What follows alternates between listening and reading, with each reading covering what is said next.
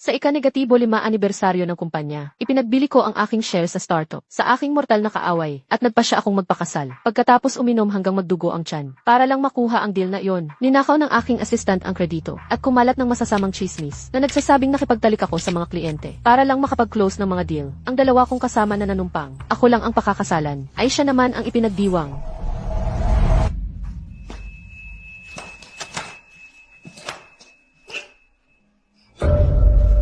Hala!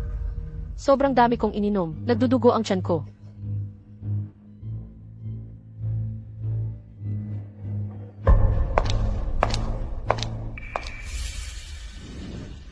Sophia Mitchell, nagdudugo ang tiyan ko. Dalhin mo ako sa ospital.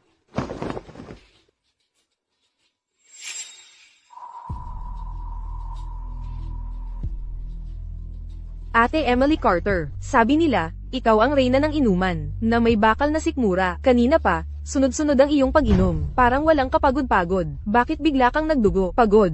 Hahanap ako ng kwarto dito para makapagpahinga ka. Magpagaling ka ng maayos. Pero huwag mo akong intindihin. Uunahin kong kunin ang kontratang ito. Naghihintay ang team para magdiwang.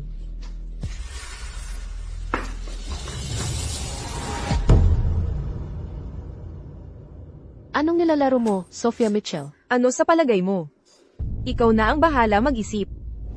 Seryoso ako. Nagdudugo talaga ang tiyan ko. Dalhin mo ako sa ospital. Nakakawa ka. Ang itsurang ito mong mahina, talagang nakakaakit sa mga lalaki. Nagpapanggap kang tanga. Talagang himatayin, mas mabuti pa ito para sa akin.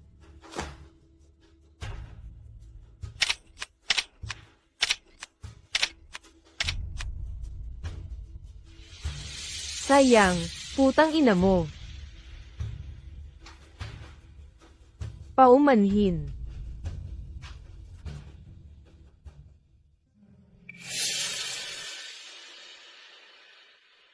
Nasaan ako?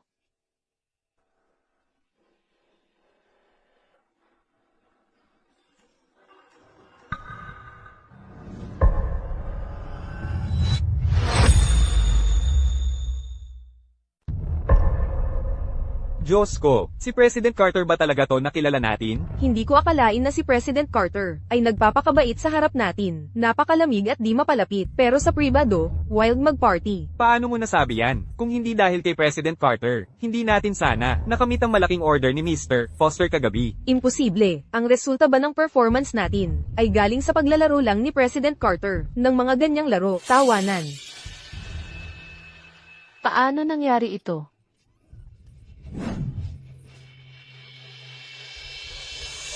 Teka, si Sophia Mitchell pala. Noong nagka-gastric bleeding ako, siya ang nagdala sa akin dito. Tapos ninakaw ang kontrata ko.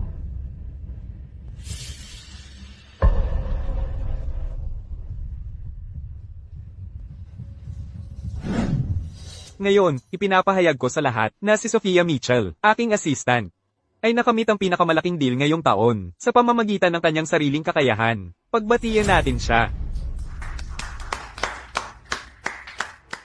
Salamat, Mr. Bennett. Pagkatapos ng pag-uusap namin ni Ingrid Lucas, opisyal naming itinaas si Sophia bilang sales manager. Ang galing. 2 buwan pa lang siya rito. Bilang intern, nakamit na niya ang napakalaking tagumpay na ito.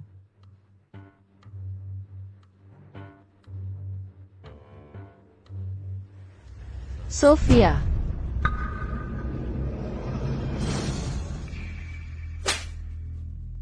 Ang pagnakaw sa order ko, sapat na yon. Pero ang pagkalat ng chismis tungkol sa akin. Emily, alam kong nagsiselos ka sa malaking deal ko kagabi, pero sobra na ang pagsuntok mo sa akin. Emily, nawala ng deal at lumiban sa trabaho? Hindi mo kailangan targetin si Sophia ng ganito. Emily, alam namin ang ginawa mo. Kagabi, ano nang ginagawa mo sa hotel? Kasama si Director Ethan. Kagabi, uminom ako, hanggang sa magka-internal bleeding ako, para makuha ang deal na iyon. Huwag kang magkalat ng chismis, nang hindi alam ang totoo. Emily, nakita na namin lahat ang mga litrato. Tigilan mo na ang mga kasinungalingan mong internal bleeding. 8 inumin ang tinapos mo, sa isang gabi lang. Huwag kang magpanggap na biktima. Emily Carter, lahat ng taong ginugol natin sa pagtatayo ng kumpanyang ito, ang hindi mabilang na business drinks. Alam namin ang totoo, bakit ka pa nagsisinungaling? Karapat-dapat si Sofia sa pagdiriwang na ito. Huwag mong sirain ang kanyang sandali. Huwag kang makialam. Ikaw. CJ. Kung ipinipilit mong ang deal na ito ay kay Sofia.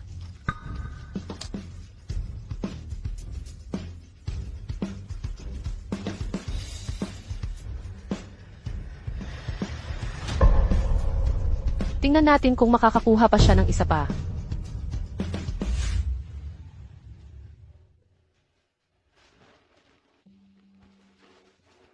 Emily, sobra na ang nainom mo. Tumigil ka na sa pag-inom. Tama siya, hindi ka bakal. Kailangang tumigil ka na sa pag-inom. Kung hindi tayo magpupursige ngayon, kailan pa?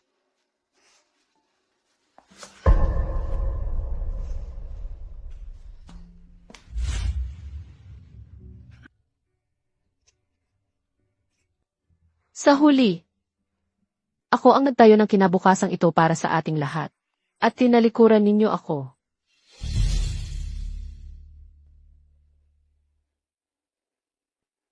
Lucas, Vincent Parker, 5 taon kitang itinaguyod, ginawa kitang top entrepreneur, at pinili ninyong kumampi sa isang sekretarya. Kaysa sa katapatan, gusto ninyo ng putikan, lalabanan ko kayo ng mas matindi.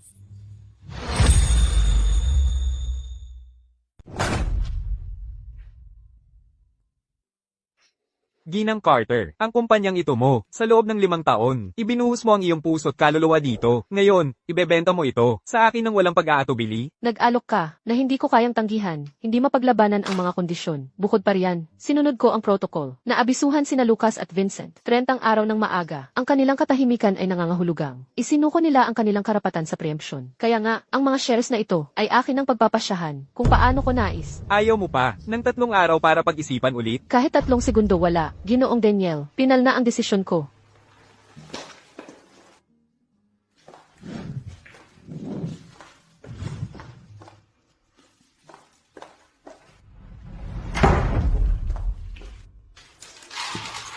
Ma, tapos na dito. Ikaw na ang bahala sa mga detalye ng kasal. Kasal? Anong kasal? Ang kasal ko, sa loob ng 10 araw. Susunod na ang mga imbitasyon. Emily, hindi ito biro. Emily, nagbibiro ka ba?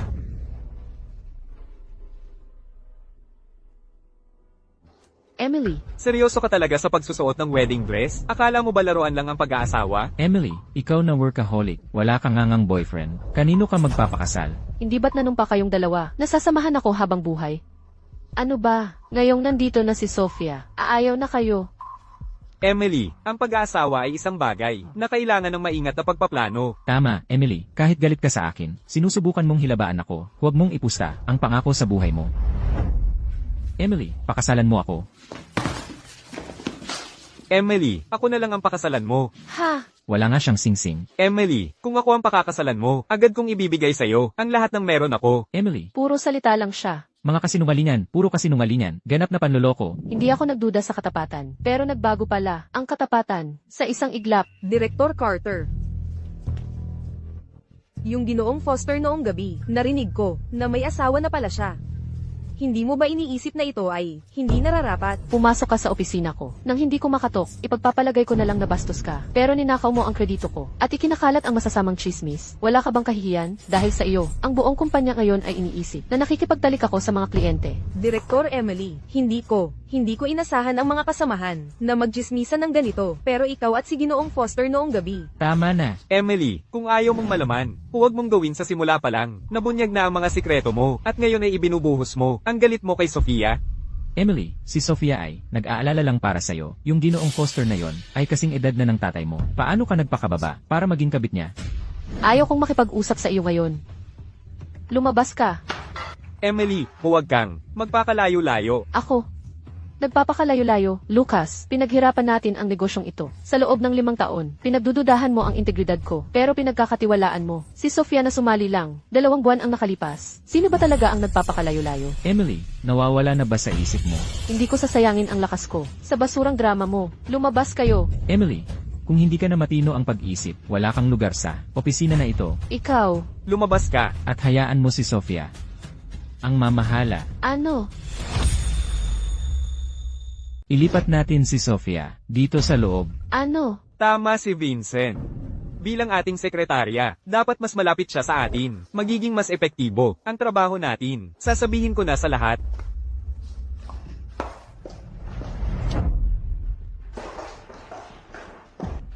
Lahat, pumunta kayo rito. Mula ngayon, para mas maging maayos ang operasyon, si Sofia ay magtatrabaho sa opisina ni Emily. Congratulations, Sofia. 2 pagtaas sa loob ng 3 araw. Ipamahagi mo naman ang swerte mo. Paano siya napakaswerte? Parang hindi ito tama. Bagong graduate lang siya. Kakalabas lang sa kolehiyo. 2 buwan pa lang sa trabaho. Opisina na ng CEO ang nakuha. Hindi ka panipaniwala. Ito ay talagang sumisira sa lahat ng patakaran. Eksakto. Tama ba? Talaga. Masyadong mabilis ang pag-asenso. Ginoong Bennett. Kasalanan ko na nag-focus ako sa pagpapasara ng deal na iyon. Sa halip na tulungan si Emily, hindi ko karapat-dapat ang kanyang opisina. Hindi ko na kayang harapin siya. Ako'y magre-resign na. Emily Carter, tignan mo ang ginawa mo sa kanya. Ipack mo na ang gamit mo, at umalis ka sa opisina. Hindi ko palalampasin ang pagkalat mo ng chismis laban sa isang baguhan na katulad niya. Teka, Emily, umalis ka na ng mabilis. Huwag mong ipahiya si Sofia sa harap ng lahat. Hindi ko na kaya. Teka, pupunta siya sa bubong. Hala, magtatatalon. Kaya siya.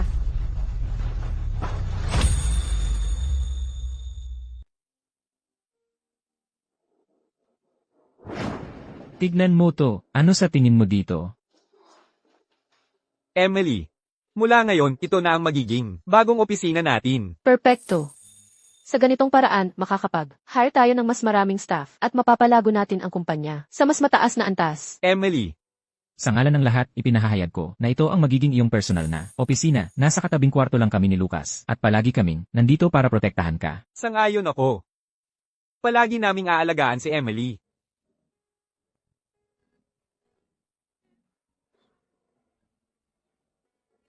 Tara na. Emily, lipat opisina lang ito, hindi paglipat ng bahay. Bakit ka nag-aatraso? Lilipat na ako ngayong araw. Masaya ka na? Ate Emily.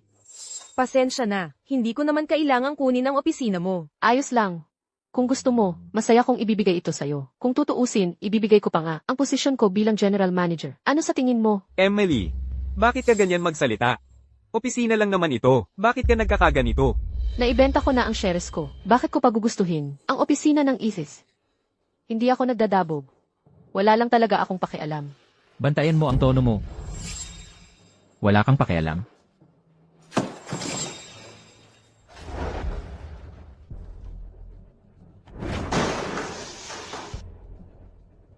Sofia, ako mismo ang magdedekorasyon ng opisina mo. Hoy, Huwag ka munang umalis. Magkakaroon tayo ng hapunan mamaya para ipagdiwang ang bagong opisina ni Sofia. Magdiriwang para sa paglipat sa isang sirasirang opisina. Emily, mag-ingat ka sa pagsasalita mo kay Sofia o may kahihinatnan ito. Mag-wish tayo kay Sofia para sa mataas na promotion.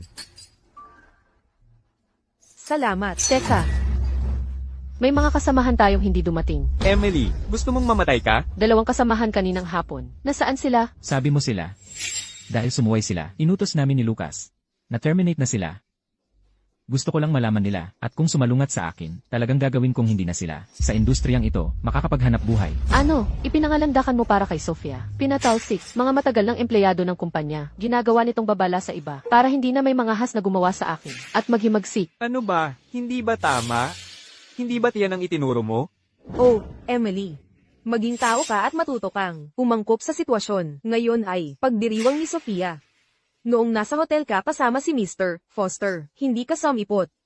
Ngayon dapat maganda ang gawin mo. Mag-toast ka para sa kanya.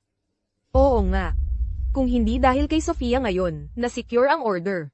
Gaano pa ba ang kailangan mong isakripisyo? Sino ang nagsabi sa iyong magsalita ng ganyan? Laging ganyan ang mukha ni Emily. Talagang makapal. Ganyan talaga siya. Nakapagtatrabaho pa rin siya na parang walang nangyari. Nakakatawa talaga. Nagpakalat siya ng mga hita para makuha ang kliyente. Wala talagang hiya. Okay. Maglakas loob kang magsalita ng katarantaduhan ulit. Maniwala ka't hindi, bubunutin ko ang dila mo. Emily, anong gusto mong gawin? Inapi mo si Sofia ngayon. Muntik mo na siyang ipatalon. Hindi pa kita pinapag-sorry. Emily, may utang ka pang inuman kay Sofia. Ngayon ay team building ng kumpanya natin. Hindi ka umiinom, dapat kang uminom. Siya ay isang bagay. Karapat-dapat pa bang mag-toast ako? Emily, sa pagtulog mo umangat ka. Ang kapal ng mukha mong hamakin si Mandy. Ang kapal ng mukha mong hamakin si Sofia. Ayaw mo talagang uminom, ha? Heto, ako na ang magpapainom sa'yo.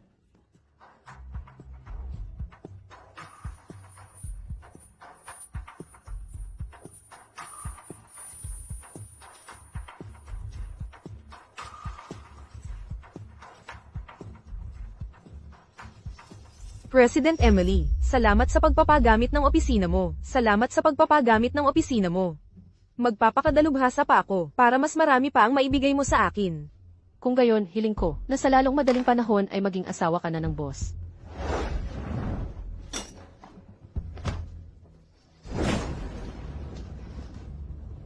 Uminom ka lang naman. Nagpapanggap ka pa? Kakagaling ko lang sa ospital dahil sa pagdurugo ng tiyan. Pinipilit mo pa akong uminom. Wala ka bang? Mas paniniwala ang dahilan? Ang tagal mo nang umiinom. Ngayon ko lang narinig na nagkaroon ka ng pagdurugo sa tiyan. Emily, isang bote lang naman ang pinainom ko sa'yo. Matagal ka nang manginginom. Hindi naman siguro ganun kalala, di ba? Emily, Ang daming kliyente. Para lang sa isang order. Sulit ba? Emily. Naghihintay ako na malampasan mo. Ang pinakamahirap na panahon sa pagsisimula ng negosyo. Sumpa ko sa Diyos. Ikaw lang ang pakakasalan ko. Emily, kapag umiinom ka sa mga araw ng linggo, nagpapanggap kang mahina para makaakit ng mga lalaking kliyente. Nagpapapansin lang yan. Nagpapanggap.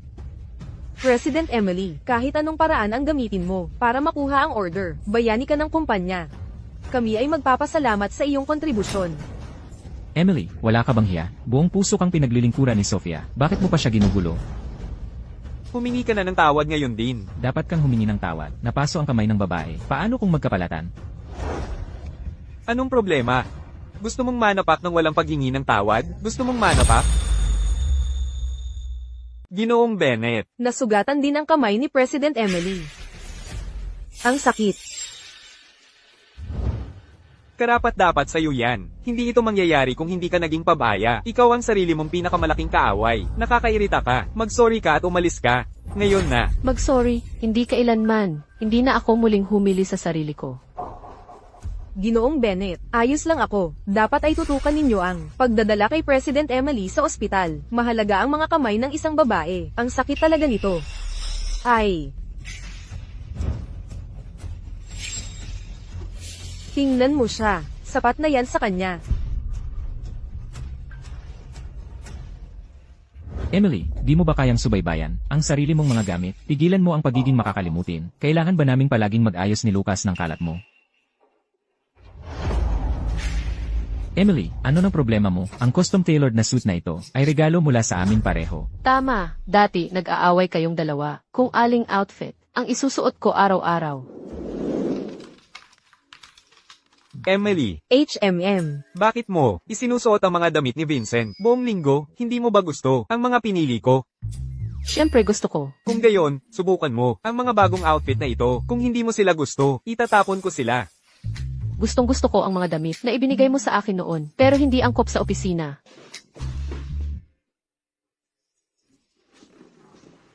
Lucas, napagkasunduan natin ang patas na kompetisyon. Ngayon, ginagawa mo itong kalokohan. Itatapon ko na ang mga damit na ito. Teka,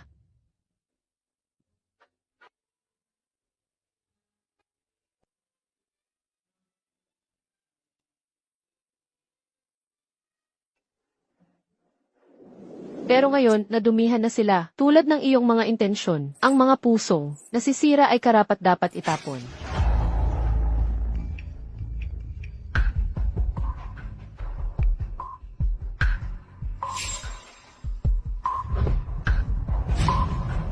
Emily, kontrolin mo ang iyong personal na buhay. Nasisira nito ang reputasyon ng kumpanya. Kung naaalala ko, hindi ba't ang mga litratong ito ay kinuha mo at ni Lucas para sa akin?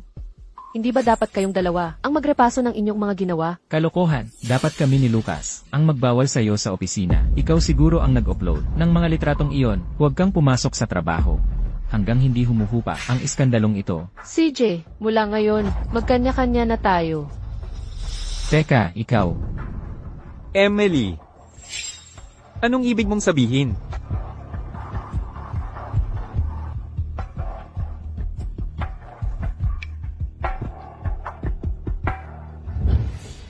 Emily, tumigil ka dyan. Emily, saan ka ba pupunta? Sa paliparan. Ikakasal ako sa capital city. Ano nung sinabi mo?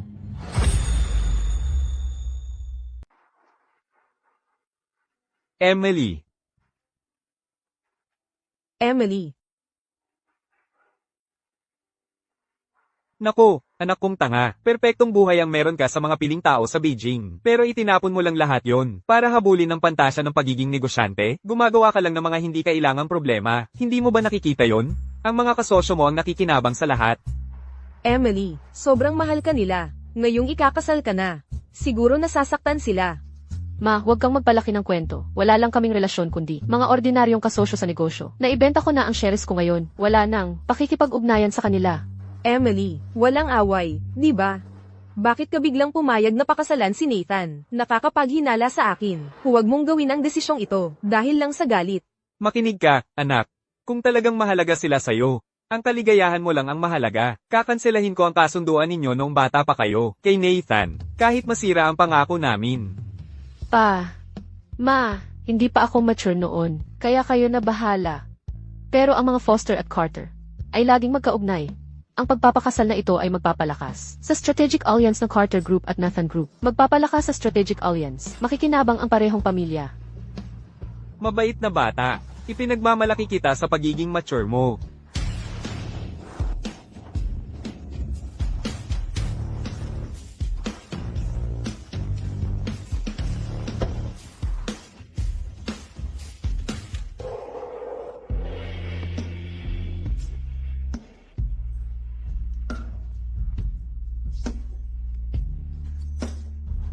Nathan.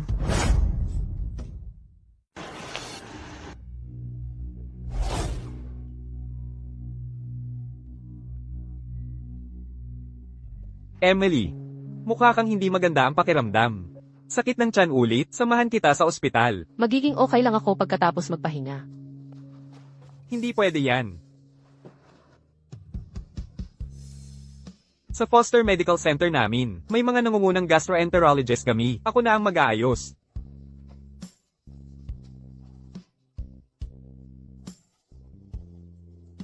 Sa ospital na tayo. Ikaw na ang bahala sa proyekto. Eh di mag-isa ka na lang uminom. Emilia, nakuha natin ang kontrata. Talaga?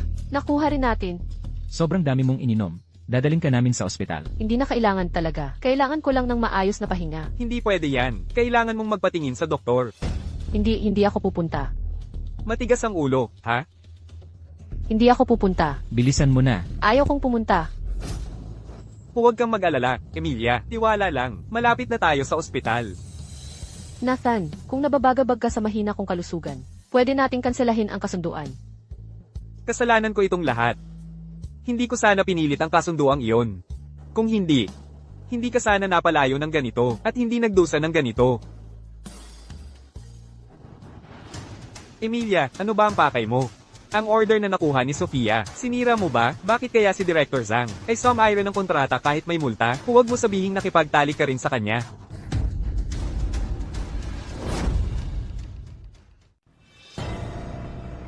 Emily, alam mo ba na ang ginagawa mo ay paghuhukay ng sarili mong libingan? Nababaliw ka na ba? Mamang Draper, paalisin mo ako ngayon din. Lucas, ikaw ang baliw dito. Hindi ba't si Sofia ang nakapag-close ng deal? Kaya siya ang kulitin mo. Wala akong pakialam dyan. Emily, talagang may kinalaman ito sa iyo. Simula sa wala, itinayo natin ang kumpanyang ito. Wala akong pakialam kung paano mo gagawin, pero tawagan mo agad si Director Zhang. Ang kontratang ito, dapat manatili sa ating kumpanya. Vincent, ano ba ang problema mo? Kahit anong gawin, ano ba talaga ang dapat kong gawin? Kailangan ko pa bang sabihin ng diretsahan? Hindi ka ba nahihiya sa sarili mo? Bakit mo ako pinipilit? Vincent, nasaan ang tibay ng loob mo? Ako palagi ang nakikipag-inuman sa mga kliyente para lang makakuha ng deal. Pag tiningnan ko ngayon, ako ang nagtiis sa lahat ng bagyo sa labas. Habang kayong dalawa, nasa opisina lang at nagiging suporta. Ang dali-dali ng buhay ninyo. Makinig ka, ang kumpanyang ito, wala na akong kinalaman dyan. Ayusin ninyo ang gulo ninyo. Emily, kung mababawi mo ang order na ito, ang pwesto ng general manager ay mananatili sa'yo. Naibenta ko na ang shares ko sa kumpanya. Bakit ko pa intindihin ang posisyon ng isang manager? Emily, bumalik ka kaagad at bawiin mo ang mga shares na yon kay Daniel. Kunin mo agad. Panaginip lang yan.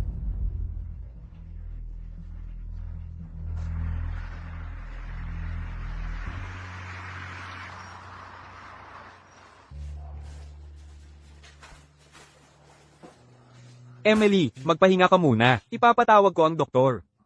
Nathan, salamat. Magkakasal na tayo, huwag ka nang magpaka-formal.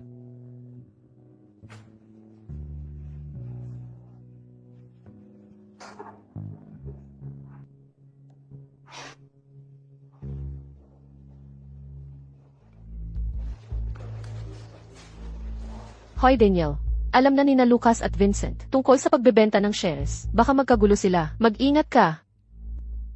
Bakit mo pinuproblema? Umalis ka na, huwag mo nang isipin to. Bilang paggalang na lang, ayokong maghirap ka. Kaagad pagkatapos mong maghari, isipin mo itong babala. Huwag kang mag-alala. Hayaan mong matuto, ang dalawang genius na yan. Kapag nagmamakaawa na sila, maiintindihan nila kung ano ang nawala sa kanila. Emily, sumama ka sa kumpanya ko. Hati tayo sa shares, hati sa kalahati. Daniel, kakalabas ko lang sa gulo na iyon. Huwag mo akong isali ulit ngayon. O pala, may mga senior staff na tinanggal. Ilang araw na ang nakalipas. Sa kumpanya, ipapadala ko sa'yo ang contact info nila mamaya.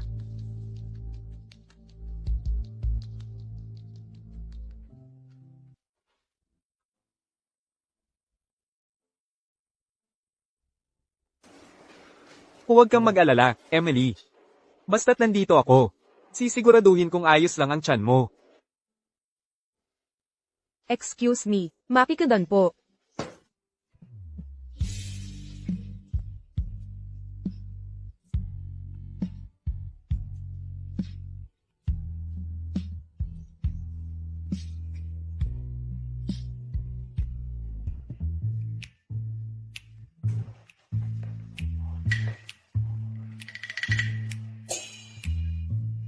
Tito at Tita Carter. Tapos na ang check-up ni Emily at pwede na siyang umuwi. Hayop ka.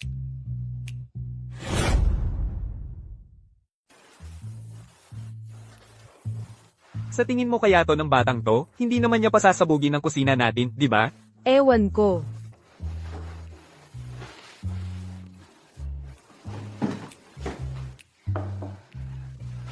May problema sa tiyan si Emily. Espesyal na sinabi ng doktor na ihanda ang mga putahing ito para sa kanya. Sige, sige.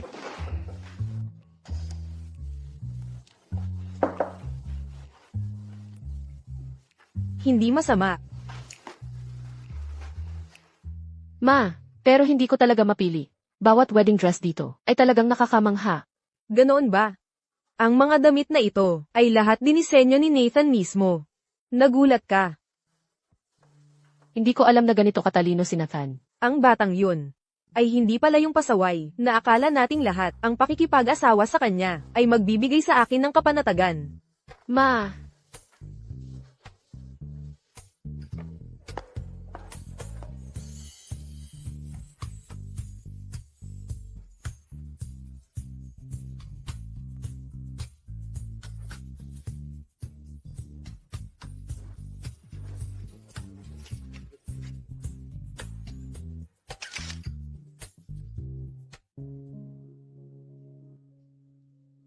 Emily, alam mo ba, na ang mga pahinang pang-una sa kabisera ngayon, ay pawing tungkol sa ating alyansang pag-aasawa ng Carter Foster. Nakadikit ang mga larawan ng kasal ninyo.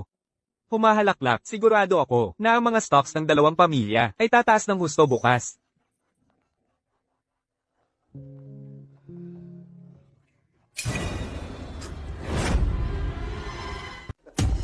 Anong problema?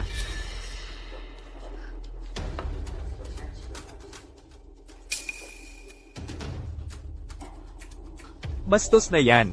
Anong nangyayari? Sasabihin ko sa abogado natin, ay demandang natin yung gago. Tatay, bumagsak ang mga stock ng pamilya Carter. Naapektuhan na rin ang mga Foster. Kailangan kong ipaliwanag ito kay Nathan. Huwag kang magpanik, Emily. Wala kang ginawang mali. Eksakto. Pero hindi ko kayang magkamali ng akala sa akin si Nathan, na parang isang walang hiya at pera lang ang habol. Emily. Alam kong hindi ganoon ang pagkatao mo. Nathan.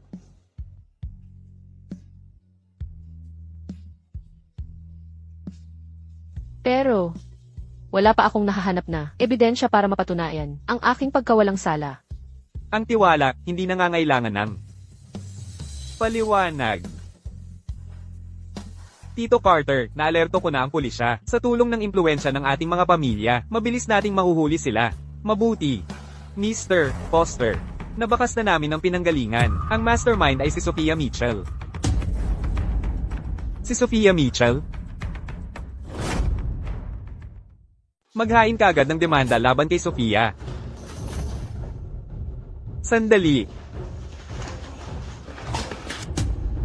Emily, ngayon ko lang nalaman na ikaw pala, ang prinsesa ng high society sa Beijing. Huwag mo kaming aidmanda, maawa ka sa amin. Ang kapal ng mukha mong pumunta rito. Kayo muna ang bahala dito. May aasikasuhin ako. Emily, hindi ko inaasahan na ang isang simpleng pagkakamali ni Sofia ay magdudulot ng ganitong pinsala sa'yo. Pwede bang huwag mong gayahin ang kanyang ginawa? Baguhan pa lang siya sa totoong mundo, marami pa siyang dapat matutunan. Li Wenzhao. 22 taong gulang na si Sofia ngayon, hindi 2 anyos. Pinagtiisan ko ang pagnanakaw niya sa mga nagawa ko, sa pag-aakalang masyado lang siyang ambisyosa. Pero ang paulit-ulit niyang paninira sa akin, hindi ako santo.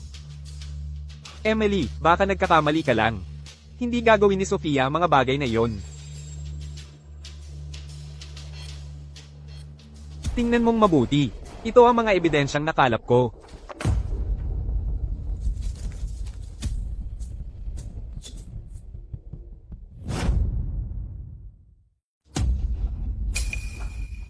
Paano ito nangyari? Nang pirmahan ni Sophia ang kontrata, maaari sana niyang kinuha si Emily. Pero sa halip, iniwan niya ito sa hotel. Sabi niya na nawala raw ang ID niya. Para mahanap siya ni Director Zhang. Ano? Pero, hindi niya inaasahan. Nalalabagin ni Director Zhang ang kontrata. Ngayon naiintindihan mo na? Ang kapal ng mukha niya, si Lucas at ako, palaging mabuti ang trato sa kanya. Bakit niya gagawin ito sa'yo? Dapat kayong magtanong sa sarili ninyo siguro, kung bakit kayo nalinlang niya. Tungtung. Alam naming mali kami. Huwag mo kaming iwan, at pakasalan siya. Nagtiwala kami sa maling tao, at nagkamali ng akala sa'yo. Pero wala ka namang talagang nawala. Kaya patawarin mo na kami.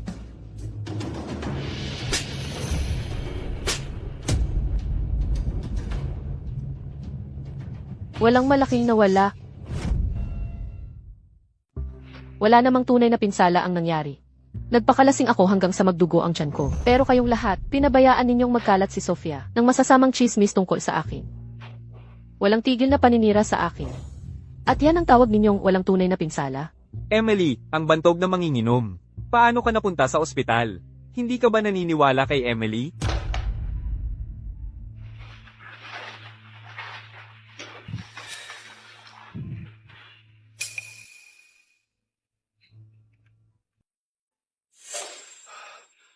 Emily, pasensya na, nagkamali kami.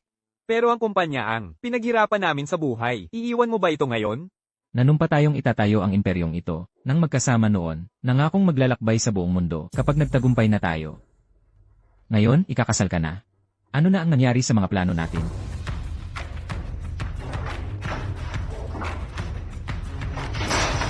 Hayaan mong linawin ko ito. Naipasa ko na ang lahat ng shares ko kay Daniel Cooper. Wala nang kinalaman sa akin. Ang kumpanya ngayon, maglakbay kayo sa buong mundo. Kasama ang mahal ninyong si Sofia. Mananatili ako kasama ng asawa ko.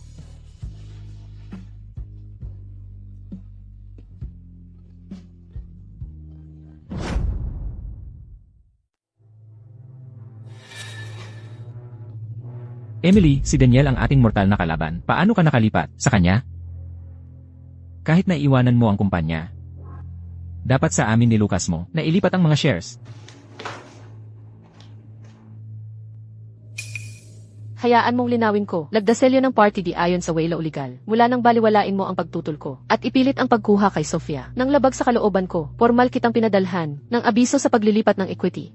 Sayang naman at, baliwala ito sa iyo sa loob ng 30 araw. Walang anumang tugon.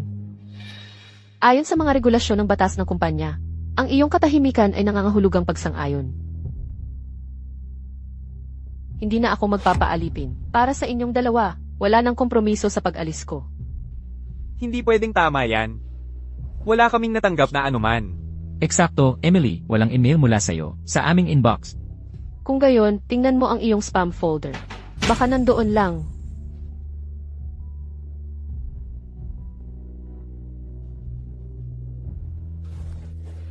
Nasa spam nga. Nasa basurahan nga talaga. Siguro si Sofia yon. Dinadelete ni Sofia ang mga email para hindi natin malaman. Kung hindi namin sasang-ayunan ang plano mong paglipat ng stocks. Mga ignorante sa batas, wala ngang saysay ang pagsang-ayon ninyo. Walang batas na nagsasabing, ang pagtatayo ng negosyo ng magkasama ay pag-aalis ng aking kalayaan. Tama na, kaysa mag-aksaya ng oras dito. Bakit hindi ninyo pag-isipan kung paano mababawi ang tiwala ni Chairman Zhang? Pero ikaw lang ang kinikilala niya. Emily, alam naming nagkamali kami. Dahil sa iyo umunlad ang kumpanyang ito, huwag mo itong pabayaan. Kung talagang wala na kayong pag-asa, lumuhod kayo kay Daniel. Shareholder na siya ng kumpanya ngayon. Baka sakaling mailigtas ang lumulubog ninyong bangka.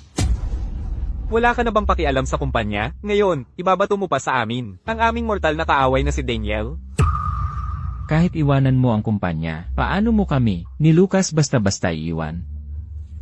Alam kong, galit ka dahil sumuporta kami kay Sofia. Pero ito ba ang paghihiganti mo? Pero, Hindi mo dapat ipusta ang pag-asa mo sa pag-aasawa. Ang mga kasal sa mataas na lipunan ay negosyo lang. Papasok ka sa impyerno. ako ang dinastya. Walang apoy ng impyerno ang makakapantay sa akin. Hindi katulad ninyong mga talunan, na kailangan pang mag-inuman ng babae. Para sa pabor ng kliyente, ang asawa ko ay may tunay na kakayahan. Umaasa kayong uminom ang mga babae para lang makakuha ng kliyente. Nakakadiri. Lagi akong sinasabihan ng mga magulang ko na mahina ang paghusga ko sa mga tao. Ayaw kong aminin noon. Pero ngayon, nakikita ko na talaga ang pagkakamali ko. Makita kayong dalawa, mga palpak na walang kwenta, na itinuturing na kayaman. Ang pag-iisip pa lang na kayo, ang nagtulak sa kin para maghalina kay Izhang, para mailigtas ang negosyo ninyo, nakakasuka sa totoo lang. Hindi totoo ang lahat ng yan. Kahit na talagang naniniwala kayo, na ginamit ko ang itsura ko para makakuha ng kontrata, hindi yon dahilan para pilitin akong gawin to. Emily, Hindi namin. Inaasahang ikaw mismo ang hahawak ng negosyo. Ikaw ang... Ha, kasalanan ko na ngayon? Sinisiraan mo pa rin ako. kung hindi ka marunong magsalita ng maayos, tumahimik ka. Alam mo ba, kung gaano kasakit ang mga sinasabi mo ngayon?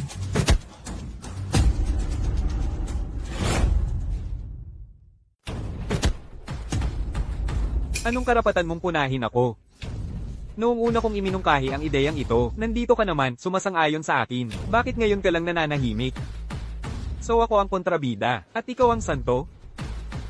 Kasalanan mo ang lahat ng ito. Tuwing may kliyente si Emily, ako ang gustong sumama sa kanya. Pero ano ba ang sinabi mo? Akusahan mo ako na gustong agawin ang mga oportunidad.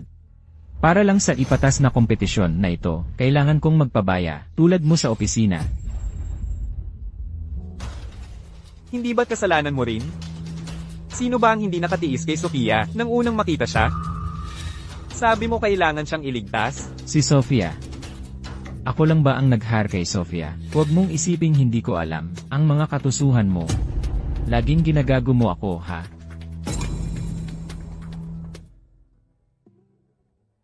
Huwag kang mag-alala, Emily, sasamahan kita.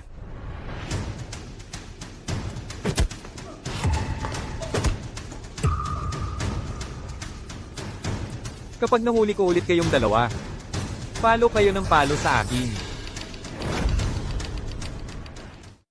Nathan. Huwag mong isipin na bilang isang pinagpalang tagapagmana ng mga Foster, ay uurong na ako. Emily, nakita mo yon. Siya ang unang nanuntok. May ugali siyang mabagsik. Eksakto, Emily. Hindi ko hahayaang takutin kanya kapag hinawakan kanya kahit isang daliri. Ang kapal ng mukha niyong magkunwaring biktima. Malinaw naman na kayong dalawa ay naghahampasan, parang mga asong ulol na nag-aaway. Pinoprotektahan lang ako ni Nathan. Depensa lang ito. Emily, pagkatapos ng 5 taon sa piling namin, ikakasal ka agad sa kanya? Nathan, ayos ka lang ba? Emily, ang pag-aalala mo ay katumbas ng pagtanggap ng suntok. Seryoso ka? Ngayon pa, nagbibiro ka pa tungkol dito. Lucas, ano na karapatan mo? Kailan ka pa naging ganito kainit ang ulo? Emily, bahagya ko lang siyang nahawakan. Ni hindi nga ako nakasuntok, tigilan mo ang pagpapanggap na nasaktan. Emily, sumama ka sa akin. Masamang tao yan. Bahay ito ng mga Carter. Tahanan ko. Bakit kita susundan? Emily, 5 taon na tayong magkasama. Mas mababa pa ba yon kaysa kay Nathan? Ito ang tanong ko sa'yo. 5 taon nating pinaghirapan ang negosyong ito. Mas masahol pa ba yon kaysa kay Sofia? At higit sa lahat, may natitira pa bang pagmamahal sa tin? Hindi na kayo, mga kaibigan ko. Lumabas kayo, sa pamilya Carter ngayon din. Emily, hindi mo kami basta-basta mapapaalis. Pare-pareho pa rin tayong may-ari ng kumpanya. Isinakripisyo mo ang 5 taon ng kabataan mo para itayo ang negosyong ito. Paano mo matitiis? Nahayaan lang itong magbagsak? Tama siya, Emily. Kahit na ikakasal ka, sa spoiled na tagapagmana ng pamilyang Foster, huwag mong ibigay ang kumpanya sa mga estranghero. Ang Carter Group ay akin. Bilang isang elite ng Beijing. Bakit ko pa intindihin ang palpak ninyong kumpanya? Tama si Emily. Siya ang magiging tagapagmana ng Carter Group. Emily, may regalo ako para sa kasal mo. Kanina lang, kumuha ako ng mga pinakamagaling na abogado sa Beijing. Para paalisan ng 2 tarantadong yun sa kumpanya mo. Imposible yan. Ginoong Carter, may maling akala po ba kayo? Sa amin, wala po kaming nilabag na batas. Bakit kami pinaalis? Tama po, Ginoong Carter. Alam kong malaki ang impluensya ninyo sa kabisera. Pero hindi ninyo pwedeng basta-basta kaming apihin. Pa, ano nang nangyayari? Kailangan nating pasalamatan si Nathan dito. Matagal na niya akong sinabihan. Marahil hindi mo alam. Ang 2 to ay nagluto ng libro sa likod mo at nandaya sa buwis. Ano? Lucas. Vincent, ako'y nagpapakahirap sa labas. Habang ipinagkakatiwala sa inyo ang maayos na pamamahala ng operasyon ng kumpanya, ganito ba ang pamamahala ninyo? Emily, gusto lang namin ng mas malaking kita. Paano mo kami masisisi? Tama siya, Emily. Nakinabang ka rin dito. Nangahas kayong tumanggap ng suhol? Hindi ba sapat ang kita natin? Nababaliw ba kayo sa pera? Gusto ninyong makulong? Emily, huwag kang magpanik. Tama ka talaga. Kapag hindi ninyo nabayaran ang utang ninyo ngayon, papunta na kayo sa kulungan. Ano, Nathan Foster, wala ka bang puso? Pinupuntirya mo ba kami dahil lang 5 taon na kaming kasama ni Emily at naging malapit kami sa kanya? Hindi.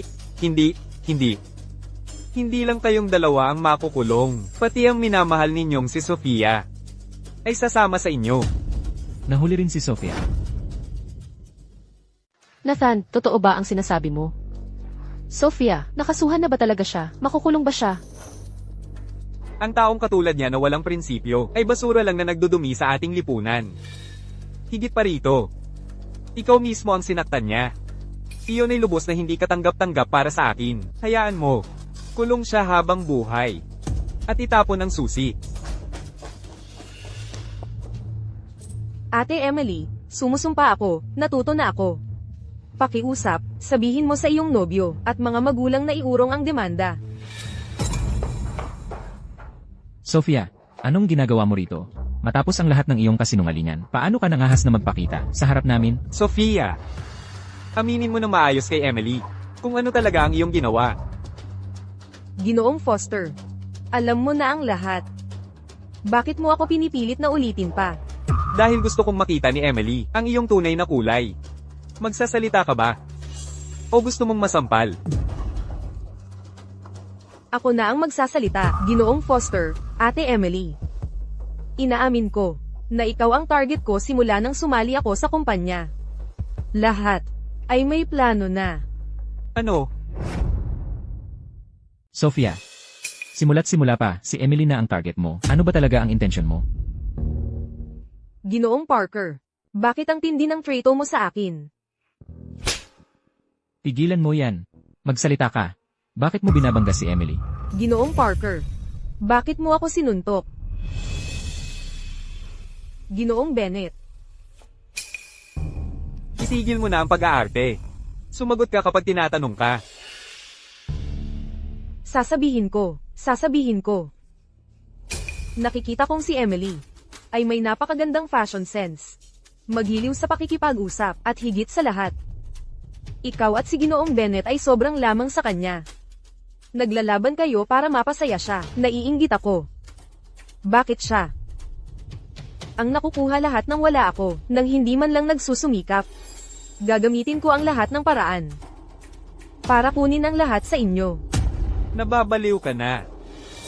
Galing si Emily sa elite ng Beijing. Hindi mo siya kayang pantayan. Bukod pa riyan, nagkamali lang siya. Nang tulungan kayong mga salot na itayo ang kumpanyang ito. Ngayon, tinalikuran mo ang kabutihang loob niya. Humingi ka ng tawad kay Emily ngayon din. Nathan, hindi ko na kailangan ang apology niya. Emily, plano mo pa bang patawarin siya? Hindi. Ang ginawa niya sa akin, ayoko nang banggitin pa. Sa tuwing nababanggit ito, nasasaktan ulit ako. Gusto ko lang na umalis siya rito. Hindi ko kayang makita siya. Emily, tulungan mo ako. Bawiin mo ang demanda. Pakiusap, ayokong makulong. Kung ganon, ito ang itatanong ko sa'yo. Umalis ka sa harap ko. Ilabas siya. Opo. Emily, nakikiusap ako sa'yo. Nathan, ngayong tapos na ang lahat. Paalisin mo na silang lahat. Ayoko nang makita sila. Mabuti. Mga guard. Hindi mo kami pwedeng tratuhin ng ganyan, Emily? Kung aalis kami, sino ang magmamaneho ng kumpanya mo? Hindi ba't mas magaling si Daniel kaysa sa inyong lahat? Ibinigay ko na ang mga nabawi kong kumpanya, nang buo sa kanya. Ano? Emily, si Daniel ay mortal naming kaaway. Sinasadya mo ba ito? Eh kung... Mula ngayon, hindi na kita kailangang makita pa. Umalis kayo. Hindi mo kami pwedeng ganyanin. Emily, pakasal na tayo. Palagi kitang papatamahin.